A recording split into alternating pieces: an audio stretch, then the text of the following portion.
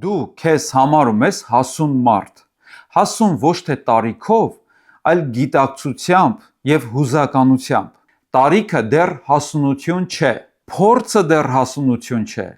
գրքերը, կրթվելը, գիտելիքներ ձեռք բերելը նույնպես չի կարող խոսել լիարժեք հասունության մասին։ Դու անգամ տարիքային առումով կարող ես լինել չափահաս, օրինակ 40 տարեկան, բայց մի փոքր խոսքից արագ կոտրվել։ Կարող ես անգամ տարիներով հոգևոր փորձառություն ունենալ, քեզ թվալ, թե հասունություն ունես, բայց մարդկանց կարծիքներից, մի փոքր քննադատությունից ինքդ քեզ կարող ես կորցնել։ Հետևաբար հասունությունը երևում է նրանով, որ ոչ թե ինչ ես անում, այլ ինչպես ես արձագանքում։ Հասուն մարդը նա չէ, ով երբեք չի բարկանում, չի վիրավորվում կամ անգամ չի կոտրվում։ Հասուն մարդը նա է, ով չի կառավարվում իր չբուժված վերքերով։ Մի կարևոր նեյրոհոգեբանական միտք կա, որի իմաստը հետևյալն է. երբ մարդը ներսից բուժված չէ, նրա ուղեղը անընդհատ վտանգներ է ման գալիս։ Ամիգդալան, ուղեղի սպառնալիքի կենտրոնը կամ ռադարը, անընդհատ փորձում է մարդկանց մի փոքր խոսքի մեջ, մի փոքր վերաբերմունքի մեջ, ոմանց ժպիտի մեջ, ոմանց չպատասխանելու կամ լռելու մեջ տեսնել սպառնալիքներ և անընդհատ մարդուն ստիպել ապրել լարված ռեժիմի մեջ։ Եվ այդ ժամանակ մարդը ոչ թե ապրում է ճշմարիտ իրականության մեջ, այլ ապրում է ըստ իր վերքերի ֆիլտրի, այն կերպ է ապրում, ինչպես իր վերքերն են իրեն թելադրում։ Հիշում եք Առակաց 4:23-ը, որ շատ ենք մեջբերել, ասում է հետևյալը. ամեն զգուշությունից առավել զգուշավոր եղիր քո սրտին, որովհետև այդտեղից է կյանքի ելքը կամ կյանքի աղբյուրները այդտեղից են բխում։ Իսկ մեր սիրտը մեր միտքն է և մեր հույզերը, մեր արձագանքն է և մեր վերաբերմունքը։ Այսինքն, եթե սիրտդ, միտքդ, հույզերդ խառն են, կյանքդ էլ խառը կլինի։ Եթե ներսդ բուժված չէ, արձագանքդ էլ հիվանդ կլինի։ Այսօր ուզում եմ խոսել հասուն մարդու 7 նշանների մասին։ Եվ մինչ դիտում ես այս փոդքասթը, մի ասա սա իմ մասին չէ, կամ էլ մի մտածիր, որ այս կետը այն մեկի մասին է, իմ մասին չէ։ Թող այս հաղորդումը քեզ համար դառնա հայելի և ոչ թե հեռադիտակ ուրիշներին դիտելու համար, այլ հայելի, որտեղ կարող ես ինքդ քեզ դիտել և փոփոխություն բերել։ Բարեկամներ, նախքան շարունակել իմ ավանդական խնդրանքը, եթե նման տեսանյութերը օգտակար են ձեզ համար, ապա կխնդրեմ, որ չմոռանաք դնել լայքի նշանը, բաժանորդագրվել այս ալիքին և ձեր մեկնաբանությամբ ակտիվ լինել։ Իհարկե դուք պարտավոր չեք դա անել, բայց եթե անեք, ես շնորհակալ կլինեմ, որովհետև մատի մեկ հպմամբ դուք կարող եք ստիպել, որ YouTube-ի ալգորիթմը այս և այլ նյութերը ավելի մեծ լսարանի համար հասանելի դարձնի։ Շնորհակալություն, իսկ մենք շարունակենք։ Ուրեմն հասուն մարդու առաջին նշանը. դու այլևս արագ չես վիրավորվում։ Չի նշանակում, որ ընդհանրապես չես վիրավորվում, որովհետև մենք ունենք արժանապատվություն և երբեմն բախվում ենք այս խնդրին, բայց առաջվա նման արագ ռեակցիա չես տալիս։ Եվ հասուն մարդը այլևս առաջվա նման արագ չի բռնկվում։ Օրինակ, երբ որ ես քննում եմ իմ կյանքը, այս մեկ տարվա ընթացքը, հասկանում եմ, որ որոշակի առաջընթաց ունեմ այս ոլորտում։ Առաջ կարող էի արագ վիրավորվել, բորբոքվել, կոտրվել, փակվել իմ ներսում։ Հիմա հասկանում եմ, որ որոշ բաներին պետք է ավելի թեթև նայել, ավելի խորը մտածել կամ էլ ընդհանրապես չմտածել և առաջ անցնել։ Ինչու են մարդիկ արագ վիրավորվում։ Որովհետև մարդու ներսում անապահովության մի զգացում կա։ Երբ քո ինքնությունը ամուր չէ, ամեն մի կարծիք դառնում է դատավճիռ քեզ համար։ Ամեն քննադատություն քեզ համար վերածվում է մերժման և ամեն անտեսում վիրավորանքի։ Նեյրոհոգեբանությունը ցույց է տալիս, որ երբ մարդը երկար ժամանակ ապրել է մերժման, ամոթի կամ անվստահության մեջ, նրա նյարդային համակարգը սկսում է չափազանց արագ արձագանքել։ Բայց հասուն մարդը սովորում է կանգ առնել ու ասել. գուցե սա հարձակում չէ, գուցե պարզապես դիմացինի կարծիքն է, դիմացինի վերաբերմունքը, բայց դրանով չէ որոշվում իմ արժեքը եւ իմ կշիռը։ Աստվածաշնչում մենք տեսնում ենք Մովսեսին, որը հրեաներին դուրս բերեց Եգիպտոսի ստրկությունից, դաժան պայմաններից եւ անապատով անցկացրեց, որպեսզի տանի կաթ ու մեղր բխող երկիրը։ Պատմությունը լի է քննադատությամբ, երբ հրեաները ոչ մի առիթ բաց չէին թողնում Մովսեսին դատապարտելու, քննադատելու, նախատելու համար։ Եվ պատկերացրեք, եթե Մովսեսը իր սրտին մոտիկ ընդուներ այդ ամենը, ինչ կլիներ նրա հետ։ Հասուն առաջնորդը այն մեկն է, ով որոշում է ինչը մոտիկ ընդունի եւ ինչը հեռու պահի իր սրտից։ Հիսուսի կյանքը այս հարցում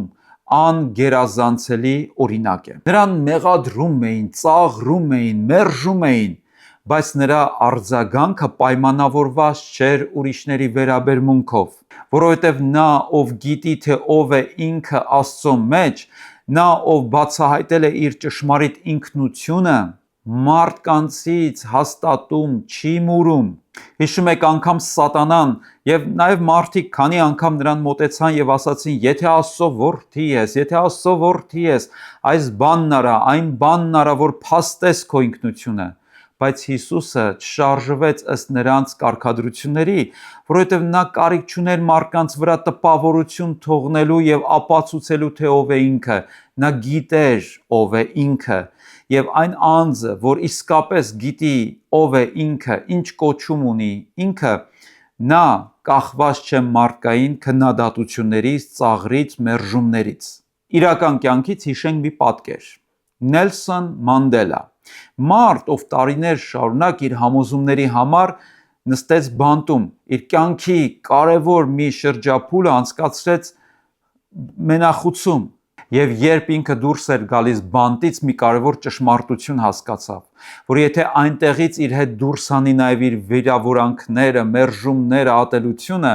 ապա իրականում նա կշարունակի մնալ բանտի մեջ։ Հենց սա է ճշմարիտ հասունությունը։ Խոսքը նրա մասին չէ, որ ինձ կամ քեզ ցավ չեմ պատճառել։ Խոսքը նրա մասին է, որ մենք թույլ չենք տալիս, որ այդ ցավը մեզ կառավարի եւ որոշի մեր ապագան։ Հասուն մարդը ամեն ինչից չի նեղանում, ոչ թե որովհետև անտարբեր է կամ անզգամ, այլ որովհետև ներքուստ ուժեղ է եւ որոշել է ճիշտ արձագանքել իրավիճակներին եւ մարդկանց։ Հասունության երկրորդ նշանը՝ անցյալը ավելի հեշտ ես բաց թողնում։ Հասուն մարդը գիտի, անցյալը պարզապես հիշողություն է եւ ոչ թե բնակության վայր։ Որոշ մարդիկ մշտապես ապրում են անցյալում, իրենց հին պատմությունների մեջ։ Նրանք խոսում են ներկա ժամանակում, բայց իրականում ապրում են անցյալի մեջ։ Նրանց մեջ դեռ թարմ են անցյալի վերքերը, անգամ եթե տասնամյակներ էլ անցած լինեն, նրանց վերքերը միշտ թարմ են, խոսում են, թելադրում են վերաբերմունքը իրենց։ Սա հոգեկան առողջության առումով կարևոր կետ է։ Ուղեղը սիրում է կրկնել ծանոթ ուղիները, ծանոթ պատմությունները։ Եթե դու տարիներով կրկնել ես նույն ցավը, նույն վիշտը, նույն պատմությունը, ապա ուղեղիդ մեջ նեյրոնային կապերը ավելի ամրանում են եւ դա դառնում է քեզ համար կյանք, նախապաշարում, տրամադրվածություն, վերաբերմունք։ Հենց սա է նեյրոպլաստիկայի բացասական կողմը։ Այսինքն դու բառացիորեն ստիպում ես եւ սովորեցնում ես, որ ուղեղդ անընդհատ վերարտադրի նույն ցավը, նույն վիշտը եւ նույն հիշողությունը։ Բայց լավ նորությունն այն է, որ նույն նեյրոպլաստիկան աշխատում է նաեւ բուժման համար։ Երբ դու գիտակցաբար սովորում ես ներել, արձակել, բացասականը դրականով փոխարինել, ապա քո ուղեղը սկսում է նոր ուղիներ կառուցել, նոր նեյրոնային կապեր են առաջանում քո ներսում, նոր սովորություններ, դրական հակումներ եւ վերջ-վերջո դրական կյանք է առաջանում։ Ֆիլիպեցիներին 3:13 համարում Պողոս առաքյալն ասում է. հետևում մնացածը մոռանալով վազում եմ դեպի նպատակակետը։ Եվ շատ կարևոր է, որ վշտերը, ցավերը, դառնությունները մենք թողնենք հետևում, մոռանանք հետևում, որպեսզի վազենք դեպի առջևում եղող վերին կոչումը եւ նպատակը։ Այս խոսքով Պողոս առաքյալը չի ասում, որ ես կորցրել եմ իմ հիշողությունը, ես հիշողություն չունեմ։ Նա ասում է, որ իմ անցյալի հիշողությունները չեն, որ պետք է կառավարեն ինձ։ Ես թույլ չեմ տալիս, որ իմ անցյալի հուշերը ղեկավարեն իմ կյանքը եւ որոշեն իմ ներկան ու ապագան։ Չբուժված անցյալը քեզ անընդհատ ստիպում է վերապրել այն։ Իսկ բուժված անցյալը քեզ սովորեցնում է իմաստություն ձեռք բերել եւ իմաստուն վերաբերվել կյանքին։ Վիկտոր Ֆրանկլը, որ անցել էր ֆաշիստական համակենտրոնացման ճամբարի բոլոր սարսափներով, մի կարևոր բան սովորեց։ Նա հասկացավ, որ մարդ կարող է իր կյանքում կորցնել ամեն ինչ, բացի մեկ կարևոր բանից՝ արձագանքի կամ վերաբերմունքի որոշումից կամ հատկությունից։ Դու ես որոշողը, թե ինչպես արձագանքել այն բաներին, որոնք պատահում են քեզ։ Դու կարող ես արձագանքել թշնամաբար, կարող ես արձագանքել ծանր, կարող ես արձագանքել կոտրվածությամբ, կարող ես արձագանքել նաև դրական այլ կերպով։ Ուրեմն քո արձագանքը շատ բան է որոշում։ Հասուն մարդը չի ժխտում անցյալը, հասուն մարդը պարզապես չի խոնարհվում անցյալի ցավերի եւ վշտերի առաջ։ Հասունության երրորդ նշանը՝ չես փորձում անդադար արդարանալ։ Սա շատ խոր հասկացություն է, որովհետև անհաս մարդը անընդհատ փորձում է արդարանալ, կարծես գրեթե միշտ ունի ներքին մի փաստաբան։ Նա ամեն ինչ փորձում է բացատրել, արդարացնել, հասկացնել դիմացին, ինչու, որովհետև նրա ներսում վախ կա, որ իրեն կարող են չհասկանալ, իսկ եթե իրեն չհասկանան, գուցեև իրեն չընդունեն եւ մերժեն։ Բայց հասուն մարդը հասկանում է, որ ամեն ինչ չէ, որ պետք է բացատրել դիմացինին։ Ամեն մեղադրանքի չէ, որ պետք է պատասխանել։ Եվ ամեն մեկին չէ, որ պարտավոր ես բացատրել, որ դու վատ մարդ չես։ Սա ոչ թե հպարտություն է, այլ ներքին կայունություն։ Նեյրոհոգեբանության տեսանկյունից անդադար արդարանալը հաճախ կապված է ամոթի եւ մերժման զգայունության հետ, այսինքն դու զգայուն ես, որ հանկարծ քեզ չմերժեն։ Երբ մարդը ներսում անընդհատ ապրում է ինքնադատաստանի տակ, դատապարտության ներքո, ուրեմն նրա կյանքն էլ վերածվում է մի հատ մեծ դատավարության։ Նրա ուղեղը մշտապես լարվածության եւ սպառնալիքի մեջ է եւ անընդհատ աշխատում է, որ պետք է ճիշտ լինել, պետք է պաշտպանվել, պետք է արդարանալ, պետք է այս շրջանը լարված անցնել, որպեսզի մարդիկ սխալ կարծիք չունենան, հանկարծ սխալ բաներ չասեն, հանկարծ սխալ չմտածեն իմ մասին։ Բայց հասուն մարդը հասկանում է, որ վերջի վերջո ինձ արդարացնողը Աստված է, եւ ինձ համար ամենակարևորը հետեւյալն է, թե Աստված ինչ է մտածում իմ մասին, որովհետեւ վերջին խոսքը Աստծունն է։ Հիշում եք Տեր Հիսուսը Պիղատոսի առաջ, եւ Պիղատոսը նրան անընդհատ մղում էր, որ Հիսուսն իրեն արդարացնի, որ նա պատճառ ունենա Հիսուսին բաց թողնելու, բայց Հիսուսը լուռ էր։ Ոչ թե որովհետեւ ասելու բան չուներ, այլ արդարանալու բան չուներ։ Նա կարիք չուներ բացատրություն տալու մարդկանց։ Երբեմն հասունությունը խոսելու մեջ չէ, հասունությունը շատ անգամ նաև լռելու մեջ է։ Երբ որ ուսումնասիրում ենք հասուն մարդկանց կյանքը, ապա կտեսնենք, որ նրանք չեն աղմկում, անընդհատ չեն փորձում իրենց անձը արդարացնել, բարձրացնել, երբեմն լռում են, չեն շտապում ամեն քննադատությանը արձագանքել եւ մեկնաբանել։ Նրանք գիտեն, որ ժամանակը եւ իրենց աշխատանքի արդյունքը, իրենց պտուղը ավելի բարձր են աղաղակելու իրենց մասին, քան ինքնարդարացման խոսքերը։ Հիմա լսիր ուշադիր։ Արդարացումը միշտ չէ, որ ճշմարտության նշան է, երբեմն այն անապահովության սինդրոմ է։ Հասունության չորրորդ նշանը դա այն է, երբ կարողանում ես դնել անձնական սահմաններ եւ ասել ոչ։ Սա շատերին կարող է թվալ կոպտություն, բայց իրականում սա սրբություն է։ Որոշ մարդիկ այո են ասում ոչ թե սիրուց մղված, այլ վախից մղված։ վախենում են, որ եթե ոչ ասեն, ապա ավելի քիչ կսիրվեն, չեն ընդունվի,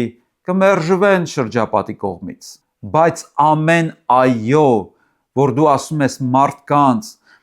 զոհելով քո համոզումները, քո ճշմարտությունը եւ քո ներքին խաղաղությունը, վերջ-վերջում մի օր սպառելու է քեզ, մի օր հյուծելու է քեզ եւ մի օր ստիպելու է, որ դու հրաբուխի պես ժայթքես։ Նեյրոհոգեբանորեն, երբ մարդը մշտապես իրեն դավաճանում է ուրիշներին գոհացնելու համար, նրա նյարդային համակարգը մնում է քրոնիկ լարվածության մեջ, կորտիզոլը բարձր է մնում, մարմինը չի հանգստանում, հոգին չի խաղաղվում, դու դառնում ես արտաքինից լավը, բայց ներսից սպառված։ Հասուն մարդը հասկանում է, որ սահմանը պատ չէ, սահմանը դուռ է, եւ նա է որոշում, ով այդ դռնով ներս մտնի, կամ ում առջև բացի այդ դուռը կամ փակի այդ դուռը։ Սրա լավագույն օրինակը Տեր Հիսուս Քրիստոսն էր։ Նա միշտ չէր, որ հասանելի էր բոլորին, երբեմն իրեն առանձնացնում էր, մեկուսանում էր, որպեսզի կարողանար ժամանակ անցկасնել իր երկնային հոր հետ։ Հիսուսը երբեք չապրեց մարդկանց անհակ պահանջների գերին դառնալով։ Նա ապրեց հոր կամքով։ Հիշում եք նրա խոսքերից մեկը, որ ասաց. թող ձեր այոն լինի այո եւ ոչը ոչ, եւ սրանից ավելին չարիցն է։ Ուրեմն սա կարևոր դաս է մեզ համար։ Իրական կյանքում բազմաթիվ հաջողակ մարդիկ փաստում են, որ հաջողությունը ոչ թե պարզապես բոլորին այո ասելու մեջ է, այլ իրական հաջողությունը երբեմն հստակ կտրուկ ոչ ասելու մեջ է։ Մեկ ոչի շնորհիվ դու կարող ես շատ բաներ շահել քո կյանքում, իսկ եթե կորցնելու լինես, ապա պետք է դրանք կորցնեիր։ Հասուն մարդը, հետևաբար, հասկանում է, որ սահմաններ չունեցող սիրտը խոցելի սիրտ է։ Հասունության 5-րդ նշանը, երբ չես շարժվում մարդկանց կարծիքներով, այլ արժեքներով։ Սա հասունության կարևոր առանցքներից մեկն է։ Ինչու՞։ Որովհետև եթե դու շարժվես կամ ապրես մարդկանց կարծիքներով, ապա ամեն օր պետք է փոխես քո կյանքի ուղղությունը։ Եթե այսօր քեզ գովում են, դու քաջալերվում ես, վաղը քեզ քննադատում են, դու կոտրվում ես, այսօր քեզ ընդունում են, դու ծաղկում ես, վաղը քեզ մերժում են, դու խամրում ես։ Այսպիսին է մարդկանց կարծիքներով շարժվող մարդու կյանքը։ Նման կյանքը շատ վտանգավոր է, որովհետև դու քո կյանքի ղեկը հանձնում ես ուրիշի ձեռքը։ Նեյրոհոգեբանորեն սա կապված է reward system-ի հետ կամ պարգևատրման համակարգի հետ։ Մարդու ուղեղը հաճույք է ստանում ընդունված լինելուց, հավանության նշաններից, սոցիալական հաստատումներից։ Դա մեր մեջ դոֆամինային արձագանք է հարուցում։ Հենց դա է պատճառը, որ մարդը ընկնում է ուրիշների հավանությունների կախվածության մեջ։ Եվ նման մարդը այլևս ճշմարտություն չի որոնում, նման մարդը արձագանք է փնտրում։ Բայց հասուն մարդը ոչ թե հարցնում է, թե մարդիկ ինչ կմտածեն կամ ինչ կասեն, այլ հարցնում է հետևյալը. արդյոք այն ինչ ես անում եմ ճիշտ է, արդյոք այն Աստծո առաջ ընդունելի է։ Այս առումով Դանիել մարգարեն մեծագույն օրինակներից մեկն էր։ Այն ժամանակ, երբ թագավորը հրովարտակ արձակեց, որ ոչ ոք իրավունք չունի աղոթել իր Աստծուն, բացի որ պետք է աղոթեն իրեն, խնդրեն իրենից, Դանիելը գնաց հոսքին հակառակ, մարդկանց կարծիքներին եւ հասարակության տրամադրությանը հակառակ, եւ նա հավատարիմ մնաց իր արժեքներին, իսկ Աստված էլ հավատարիմ եղավ Դանիելին։ Պողոսն էլ այս միտքը լրացնում է հետևյալ խոսքով, ասելով. եթե ես մարդկանց հաճեսնող լինեի, Քրիստոսի ծառան չէի լինի։ Իրական կյանքում արժեքներով ապրող մարդիկ միշտ չէ, որ ընդունելության են արժանանում հասարակության կողմից։ Նրանց չեն հասկանում, երբեմն ծաղրում են, երբեմն էլ ընդդիմանում,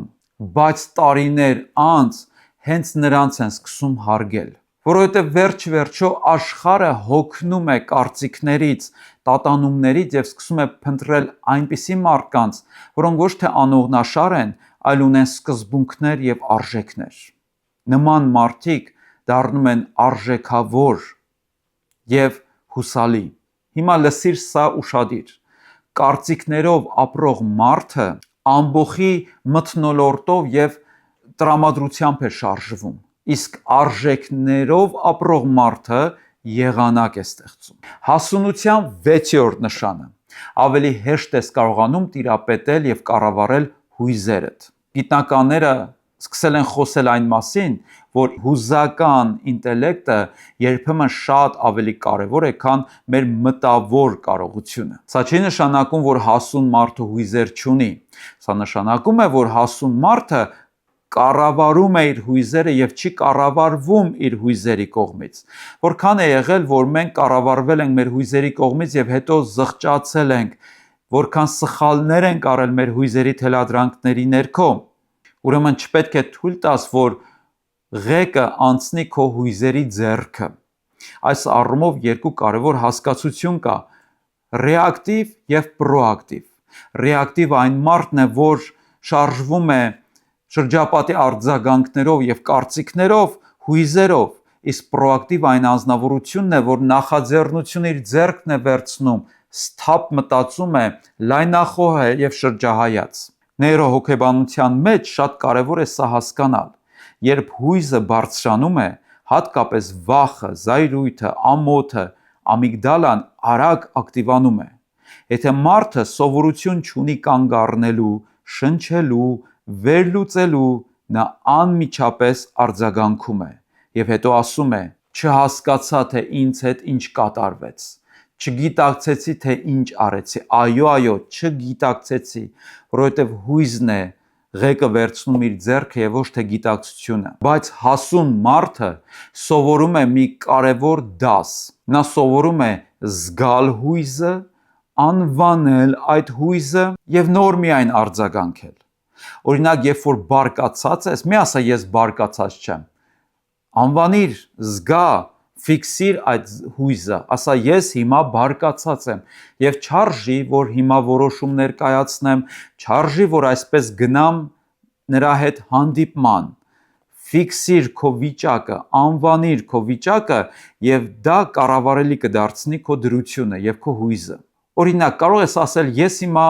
բարկացած եմ, ես հիմա վրդովված եմ, ես հիմա վիրավորված եմ, ես հիմա վախեցած եմ։ Երբ որ դու սկսում ես բարձրաձայնել, դա կարծես ինքնախոստովանություն լինի եւ դա օգնում է քեզ գիտակցել քո վիճակը եւ քո հույզերը դարձնել կառավարելի։ Աստվածաշունչն էլ ասում է. բարկանալիս մեղք մի գործիր, այսինքն դու կարող ես բարկանալ, դու չես կարող անընդհատ ճզմել քո հույզերը, դա էլ է վտանգավոր։ Դու պետք է երբեմն բարկանաս, բայց մեղք մի գործիր հենց այս մասին է, որ քո բարկությունը պետք է կառավարելի դարձնես եւ թույլ չտաս, որ քո բարկությունը քեզ կառավարի։ Այսինքն ոչ թե հույզն է վտանգավոր, այլ անկառավարելի հույզը։ Սաղմոսներում մենք տեսնում ենք շատ հուզական վիճակներ։ Անգամ Դավիթը հուզական ծանր ապրումներ ունեցավ, բայց քանի տեղ նա ինքն իր հետ խոսում է եւ ասում է. ով իմանց, ինչու է շփոթված, ինչու է այս վիճակում, ճիշտ կարծես նա իրեն կողքից էր տեսնում եւ կարողանում էր խոսել իր հույզերի հետ եւ իր հույզերը դարձնել կառավարելի։ Մի պահ պարզապես մտածիր, հիշիր, քանի անգամ է եղել, երբ որ հույզերը չկառավարելու պատճառով անդառնալի վիճակի մեջ ես հայտնվել, ամաչել ես, երանի ես տվել ժամանակը հետ տայիր եւ չկրկնեիր, չասեիր այդ խոսքերը, որ ասել ես, հարաբերություններ ես փչացրել, ինքդ քեզ ես վնասել։ Ուրեմն տեսնում ենք, որ անկառավարելի հույզերը վտանգավոր են, իսկ կառավարելի հույզերը մարդու հասունության նշան։ Հույզերը լավ ծառաներ են, բայց սարսափելի տերեր։ Եվ հասուն մարդու 7-րդ նշանը, իհարկե դրանք շատ են, բայց պարզապես այսօր ես 7-ն եմ առանձնացրել։ Երբ չես փորձում ուրիշների վրա տպավորություն թողնել, ինքնահաստատվելու նպատակով։ Սա վերջին կետն է, բայց թերևս ամենախորը կետն է այս կետերի մեջ։ Անհաս մարդը հաճախ ապրում է ցուցադրության համար, ամեն բան պերֆորմանսի մասին է։ Ինքն իրեն ցույց տա, ինքն իրեն արտահայտի, որպեսզի ուրիշների վրա տպավորություն թողնի, որպեսզի ուրիշները իրեն նկատեն, տեսնեն, որ նա կա։ հիշեն նրա մասին։ Եվ այս առումով ոմանք փորձում են մեքենայով տպավորել, իրենց հագու կապով տպավորել ուրիշներին, իրենց խոսքերով, իրենց ծառայությամբ, անգամ որ ավելի հաճախ ենք մենք տեսնում սոցիալական ցանցերի միջոցով։ Բայց եթե գնանք ավելի խորքը եւ պեղենք այդ մարդու ներսը, թե ինչ է կատարվում, իրականում ոչ վերբալ առումով նա աղաղակում է եւ ասում է. խնդրում եմ ինձ նկատեք, խնդրում եմ հիշեք իմ մասին, տեսեք, որ ես կամ։ Նեյրոհոգեբանական տեսանկյունից սա նույնպես կապված է ինքնության եւ արտաքին հաստատման կախվածության հետ։ Երբ մարդը ունի ներքին հաստատուն ես, նա մշտապես կառուցում է արտաքին վարկած, մի տեսակ բեմական կերպար, բայց բեմի վրա երկար ապրել հնարավոր չէ, վերջ-վերջո արհեստականությունը սպառելու է մարդուն։ Հասուն մարդը դադարում է խաղալ, նա այլևս չի ուզում թվալ, նա ուզում է լինել։ Այս առումով հրաշալի օրինակ է Հովհաննես Մկրտիչը։ Երբ որ նա Հրեաստանում հայտնիության գագաթնակետին էր հասել եւ ուներ մեծ հեղինակություն, բայց երբ որ Տեր Հիսուսը հայտնվեց, նա հետևյալն ասաց. հիմա ժամանակն է, որ ես փոքրանամ, իսկ նա մեծանամ։ Նրան պետք է աճել, իսկ ինձ փոքրանալ։ Այսինքն Հովհաննես Մկրտիչը այստեղ ինքնության ճգնաժամ չապրեց, ինքնահաստատման ճանապարհով չգնաց, նա գիտեր իր ով լինելը, նա գիտեր իր առաքելությունը եւ իր կոչումը։ Հենց այդ պատճառով էլ նա իր տեղը զիջեց Տեր Հիսուսին։ Իրականում սա փոքր մարդու խոսք չէ։ Հենց այս խոսքի մեջ է մարդու մեծությունը։ Երբ որ մարդ հասկացել է իր կոչումն ու ինքնությունը, նա այլևս մրցակցության մեջ չի մտնում ուրիշների հետ։ Նա կարիք չունի ինքնահաստատման, նա կարիք չունի արդարացման, նա կարիք չունի ինքն իրեն անընդհատ ներկայացնելու եւ իր մասին բարձրաձայնելու։ Իրական կյանքում ամենահաճելի մարդիկ հաճախ հենց նրանք են, ովքեր քեզ վրա տպավորություն թողնելու կարիք չունեն։ Նրանք հանգիստ են, պարզ են, իրական են։ Նրանց ներկայության մեջ դու չես զգում ցուցամոլություն, դու զգում ես խորություն եւ տեսնում ես բովանդակություն։ Նրանք չեն մրցակցում, որովհետև իրականում այս տեսակը մրցակցությունից դուրս է։ Եվ այստեղ մի կարևոր հոգևոր ճշմարտություն կա։ Երբ մարդը լցված է Աստծո ներկայությամբ, նա այլևս չի տենչում արժանանալ մարդկանց հիացմունքին, որովհետև երբ մարդու սիրտը լիքն է Աստծով, նա այլևս ուրիշներից ուշադրություն չի մուրում։ Ինքնահաստատման համար տպավորություն թողնելը իրականում հոգնեցուցիչ պրակտիկա է, բայց Աստծո մեջ հաստատված ապրելը, Աստծո մեջ քո ինքնությունը գտնելը ճշմարիտ ազատություն է։ Ուրեմն հասուն մարդու 7 նշանները։ Առաջին, դու այլևս արագ չես վիրավորվում։ Երկրորդ, անցյալը հեշտ ես բաց թողնում։ Երրորդ, չես փորձում անդադար արդարանալ։ Չորրորդ, կարողանում ես սահմաններ դնել եւ հեշտությամբ ոչ ես ասում։ Հինգերորդ, չես շարժվում մարդկանց կարծիքներով, այլ արժեքներով։ Վեցերորդ, ավելի հեշտ ես կարողանում կառավարել հույզերդ։ Եվ յոթերորդ, չես փորձում տպավորություն թողնել մարդկանց վրա ինքնահաստատման նպատակով։ Եվ հիմա ամենակարևոր միտքը։ Հասունությունը ոչ թե պարզապես բնավորության հարց է, այլ ապաքինման, ճշմարտության եւ Սուրբ Հոգու աշխատանքի։ Ոմանք լսելով այս 7 կետերը կարող են ասել. ես դեռ շատ հեռու եմ սրանցից, բայց դա վատ նորություն չէ։ Սա կարող է դառնալ հիանալի սկիզբ քեզ համար, որովհետև ամենամեծ անհասունությունն այն է, երբ մարդ մտածում է, որ ինքը արդեն հասել է, որ ինքը կարիք չունի վերանայել իր կյանքը։ Իսկ իրական հասունությունը սկսվում է այս խոստովանությունից. Տեր, ես դեռ որքան աճելու տեղ ունեմ, ես դեռ որքան փոխվելու կարիք ունեմ։ Մի օր կյանքը քեզ կդնի այնպիսի իրավիճակների մեջ, որտեղ քո երգեցողությունը չի փրկի քեզ, քո գեղեցիկ խոսքերը չեն փրկի քեզ, քո իմացած տերմինները չեն փրկի քեզ, քո սոցիալական պատկերը չի փրկի քեզ։ Այդ օրը կփրկի միայն այն, ինչը իրական որակ է, կփրկի քո բնավորությունը, քո ձևավորված արժեհամակարգը։ այդ օրը կերևա դու իսկապես ազատ ես մարդկանց կարծիքներից, թե մարդկանց կարծիքների ստրուկն ես։ Դու քո անցյալի գերին ես, թե բուժվել ես քո անցյալի վերքերից։ Դու կառավարվում ես քո էմոցիաների կողմից, թե ինքդ ես փորձում տիրապետել քո հույզերը։ Հետևաբար հասունությունը դա գեղեցիկ բառ չէ։ Հասունությունը ճանապարհ է, թանկ ճանապարհ։ Այն ձևավորվում է հիասթափություններով, ապաշխարությամբ, լռություններով, ներողամտությամբ, կորուստներով եւ Աստծո առջև կոտրվածությամբ ու խոնարհությամբ։ Բայց վերջում հենց հասուն մարդն է շատերի համար դառնում խաղաղության աղբյուր։ Նրա ներկայությամբ սենյակում լարվածությունը թուլանում է։ Նրա խոսքով կռիվը չի բորբոքվում, հանդարտվում է եւ նրա ներկայության մեջ չկա լարվածություն, հանգստություն կա։ Եվ գուցե մեր ժամանակի ամենամեծ կարիքը ոչ թե հաջողակ կամ ազդեցիկ մարդիկ են, այլ հասուն մարդիկ են։ Ոչ թե ավելի աղմկոտ մարդիկ են, այլ խորը մարդիկ են։ Մեր ժամանակի ամենամեծ կարիքը ոչ թե ցուցամոլ մարդիկ են, այլ արժեքներ ունեցող մարդիկ են։ Հետևաբար մենք կարող ենք անցնել հասունության մեր ճանապարհը։ Եթե այս կետերից որևէ մեկը վերաբերեց քեզ, կարող ես մեկնաբանության պատուհանում գրել, արձագանքել։ Եթե ինչ-որ առումով ունես հաջողություն, կարող ես կիսվել քո փորձով ուրիշների հետ։ Ես շնորհակալ եմ, որ վերջում դու չես մոռանում դնել լայքի նշանը, բաժանորդագրվել այս ալիքին եւ մեկնաբանությամբ ակտիվ լինել, որովհետև քո մատի մեկ հպմամբ դու կարող ես պարզապես այս տեսանյութը շատերի համար հասանելի դարձնել։ Շնորհակալություն համագործակցության համար։ Իսկ հիմա աղոթենք։ Սիրելի Տեր, շնորհակալ եմ, որ դու աճեցնող,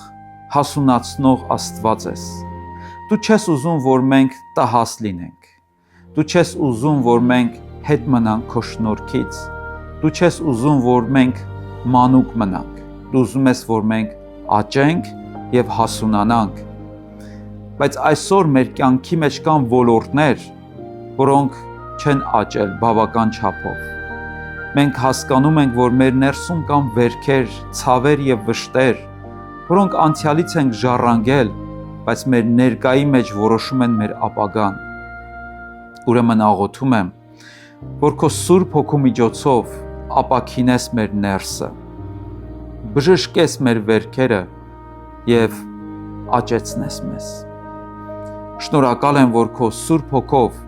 ինձ տալիս ես ուժ եւ կարողություն, շնորհ եւ իմաստություն, հուզական առումով տիրապետել իմ անձին եւ իմ հույզերին։ Շնորհակալ եմ, որ ինձ մենակ չես թողնում այս պայքարում, եւ ես այսօր բաց եմ քո Սուրբ Հոգու առաջ եւ հրավիրում եմ քեզ ու քո ներկայությունը իմ կյանքի մեջ, որ գաս եւ ինձ փոխես, ինձ դարձնես հասուն քրիստոնյա, հասուն անձնավորություն, հասուն հուզական առումով, հասուն ընկալման առումով, հասուն արժեքների առումով։ Աղոթեցի Տեր Հիսուս Քրիստոսի անունով, ամեն։